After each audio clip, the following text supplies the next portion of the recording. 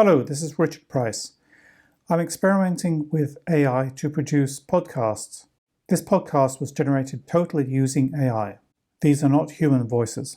Please let me know what you think. Welcome to the Dental Materials Science podcast. Okay, so picture this. You're in the middle of like a beautiful posterior composite restoration, right? It's all perfectly sculpted and ready to be cured. So you grab your trusty light curing unit. But what if it's not actually doing its job as well as you think? That's kind of what we're diving into today. Exactly. We often just, trust that our equipment works as expected, especially something as seemingly straightforward as a curing light.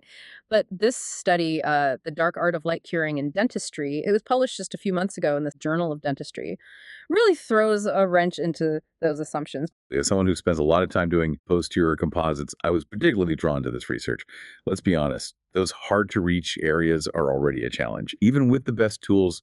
And that's what makes this research so compelling. It goes beyond just the basic science of light curing and delves into the practical implications for us clinicians, especially when it comes to achieving, reliable and predictable outcomes for our patients. Okay, so for our listeners who might not be as deep into the world of dental materials, can you kind of break down why this whole light curing thing is so important in the first place? You got it. Think of it this way. We use these specialized lights to activate a chemical reaction in the resin materials we use for fillings, bonding, and other restorations. This reaction called polymerization, it's what transforms that gooey resin into a hard, durable material. Now, if that curing process isn't done right, we end up with what's called undercuring. And undercuring is bad news, right? I mean, I know enough to know it leads to weaker restorations and a higher risk of fractures, which is the last thing I want for my patients, especially those I've spent hours creating beautiful posterior restorations for. Exactly. A weaker restoration is more susceptible to wear and tear, staining, and can even lead to sensitivity. But here's where it gets even more concerning. Undercuring can also result in the release of potentially harmful chemicals from the resin into the patient's mouth. Hold on. Harmful chemicals. Now you've got my attention. Yes, it's not something we always think about, but it's crucial. These uncured resin components called monomers, they can leach out over time and have been linked to potential health issues. So we're not just talking about the longevity of the restoration, but potentially the health of our patients down the line. That's a whole other level of responsibility. Absolutely. And this study really highlights the importance of understanding how to properly cure these materials to minimize those risks. Okay, so let's get into the study itself. They tested out a bunch of different curing lights, right? What exactly did they find? Spill the tea. They did. They put 12 different light curing units, or LCUs, through a series of tests to assess their performance. And the results were pretty eye-opening.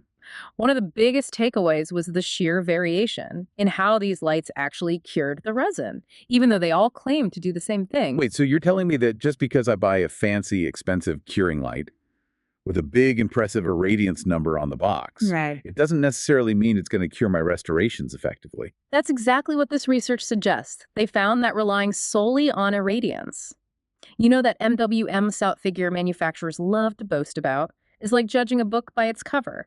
You're missing out on the whole story. Interesting. I've always been a bit skeptical of those super high irradiance numbers. It kind of felt like a marketing gimmick to me. And you're right to be skeptical. This study demonstrates that there's so much more at play than just irradiance. Factors like total power output, the spectrum of light emitted, even the size of the curing tip, and, believe it or not, how far away you hold the light from the tooth, all come into play. So it's not as simple as just blasting the tooth with as much light as possible. Not at all. It's about delivering the right amount of energy at the right wavelengths to the entire restoration, ensuring a thorough and consistent cure. Okay, I'm starting to see why they called this the dark art of light curing. It's more nuanced than we often give it credit for. Exactly, and this study brings those nuances to light, pun intended. One of the most surprising findings was the difference in curing times. Between the various LCUs they tested, some took significantly longer to deliver the same amount of energy needed for a proper cure. Now that's concerning, especially in a busy practice where every minute counts. We don't want to be rushing the curing process or compromising patient care. Did they say how much of a difference we're talking about? Get this. One of the slower curing units took over twice as long as the fastest to deliver the recommended energy dose. Imagine the impact that could have on your schedule, not to mention patient comfort sitting with their mouths open for extended periods. Wow, more than double the time. That's a huge difference, especially if you're doing multiple restorations or working with kids who have a limited attention span, or patients for that matter. Precisely. And that's just one example of the variations they found. This study really makes you think twice about assuming that all curing lights are created equal. So what else did they discover? What other dark secrets of light curing did they uncover? Well, they used a tool called a beam profiler, which essentially takes a snapshot of the light coming out of the curing tip. Okay, so they're basically getting a visual map of the light distribution. Interesting. Yes, and what they found was that some LCUs had these concentrated hotspots in their beam profile, meaning the light wasn't evenly distributed across the entire surface of the restoration. And that's a problem because Because uneven curing can lead to weak points in the restoration, making it more prone to fractures and failure down the line. It's like building a house with an uneven foundation. You're just asking for trouble. yikes. I can already picture the headaches this could cause. I'm starting to feel like I need to reevaluate my whole light curing protocol. So we've established that not all curing lights are created equal, and that there are a lot of factors beyond irradiance that we need to consider. But what does this actually mean for us, like in our day-to-day practice? I mean, I'm sure most of us don't have beam profilers lying around to test out our lights. You bring up a great point. While having access to sophisticated testing equipment would be ideal, it's not always realistic. But that doesn't mean we're powerless. There are things we can do to ensure we're getting the most out of our curing lights, and more importantly, achieving the best possible outcomes for our patients. Okay, I'm all ears. What are your top tips for maximizing our light curing game? First and foremost, know your curing light. Don't just rely on the marketing hype or the numbers on the box. Read the instructions, understand its specifications, and familiarize yourself with its features. Some manufacturers provide helpful resources and even online tutorials. That's a good reminder. We often get new equipment and just assume it works the way we expect it to. Taking the time to really understand our tools is essential. Absolutely. And speaking of tools, don't underestimate the importance of those little photometer discs. They're a simple visual way to get a sense of your curing light's output and beam profile. Oh yeah, those little color changing discs. Yeah. I have to admit, I haven't used those in a while. They're not exactly high tech, but it sounds like they can provide some valuable information. They can, and they're relatively inexpensive. You can use them to check for any noticeable changes in your light's output over time. Think of it as a quick and easy checkup for your curing light. Okay, that's definitely going on my to-do list. Check the curing light manual and dig out those photometer discs. What else should we be thinking about? Well, technique is crucial. It's not just about pointing the light at the tooth and pressing the button. We need to ensure proper adaptation of the curing tip to the restoration. Maintain a stable and consistent distance. Remember that drop off in irradiance we talked about? And cure for the full recommended time. It's easy to get complacent, especially when we're doing something as routine as light curing. But you're right, those little details can make a big difference in the long run. Exactly. And speaking of details, pay attention to the type of resin you're using. Different materials have different curing requirements, so make sure you're following the manufacturer's recommendations for curing time and light intensity. That's a good point. We can't assume that one size fits all when it comes to light curing. Nope. And here's another practical tip. If you're dealing with a deep restoration, consider layering the resin and curing in increments.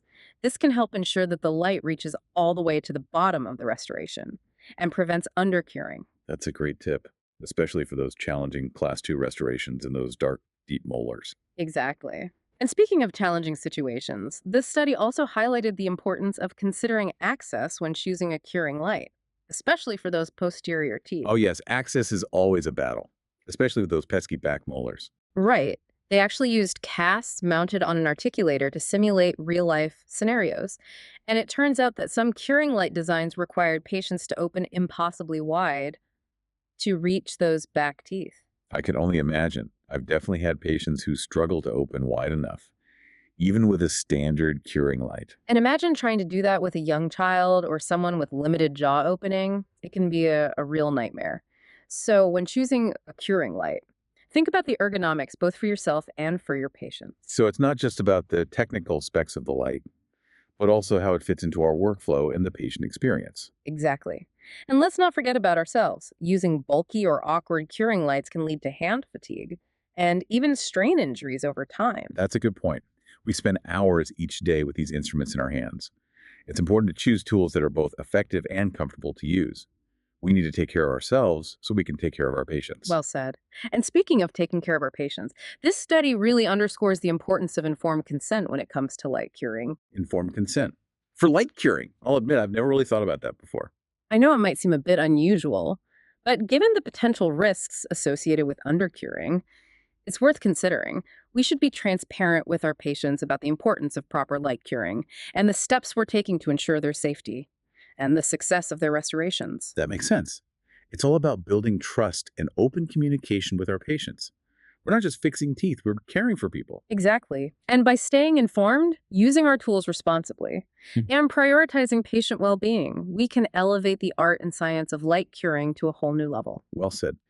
It's clear that light curing is a much deeper topic than it might initially appear. It's not just about zapping the resin with a bright light. It's about understanding the science, mastering the technique, and prioritizing patient safety. Absolutely. And the more we learn and the more we share this knowledge, the better equipped we'll be to provide exceptional dental care.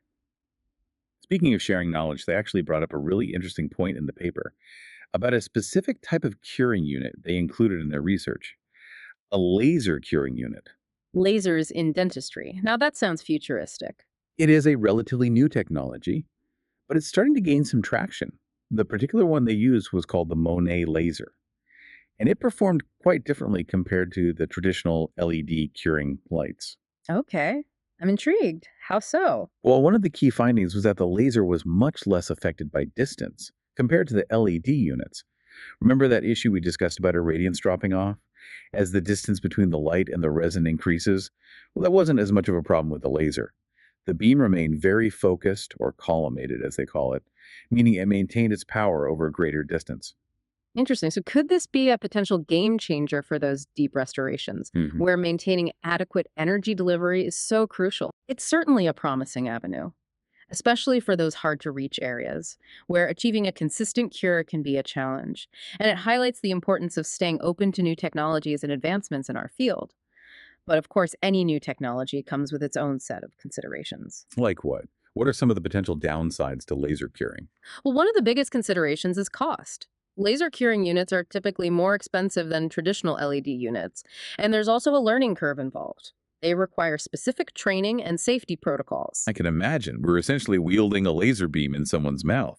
Safety has to be the top priority. Exactly. And like any new technology, there's always the need for further research to fully understand its long-term effects and efficacy.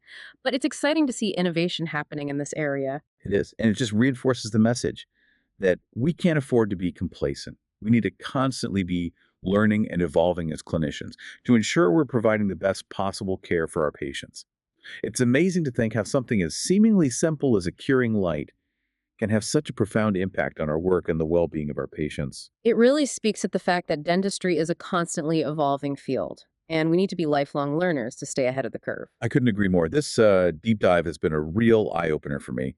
It's made me realize that I need to pay more attention to my light curing practices and make sure I'm using my tools effectively and responsibly. And that's the key takeaway here. It's not about fear-mongering or making anyone feel like they're doing everything wrong. It's about empowering ourselves with knowledge so we can make informed decisions and provide the best possible care for our patients. Absolutely. It's about respecting the power of light and understanding how to harness it effectively to achieve predictable and lasting results.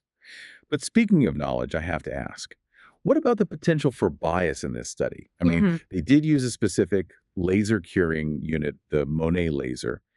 Could that have influenced their findings? That's a great question, and an important consideration whenever we're evaluating research. It's always wise to be aware of potential conflicts of interest or biases that could influence the results. In this case, the authors do disclose that the Monet laser was provided by the manufacturer. However, they also state that the manufacturer had no involvement in the study design, data collection, or analysis. So while we should always maintain a healthy level of skepticism, it doesn't necessarily invalidate their findings. That makes sense. Transparency is key, Yeah. and it's our responsibility as clinicians to critically evaluate the research and consider all angles before making any changes to our practice. Exactly. And remember, research is an ongoing process. This one study doesn't provide all the answers. We need more research, particularly on long-term outcomes and the safety of different curing technologies, including lasers. So it's not just about reading one study and changing everything we do. It's about staying informed, being aware of the nuances, and constantly seeking to improve our knowledge and skills. Couldn't have said it better myself. This is why I love dentistry. It's a field where science, art, and technology intersect, and we're always striving to find the best ways to serve our patients. And that brings us to the end of our deep dive into the fascinating world of light curing. I hope you found it as enlightening as I did. It's been a pleasure sharing these insights with you and our listeners. And for those of you who want to delve deeper into the nitty-gritty details, we've included the full citation for the study in the show notes. We encourage you to check it out and draw your own conclusions. Remember, knowledge is power. The more we understand about our tools and techniques, the better equipped we'll be to provide exceptional dental care.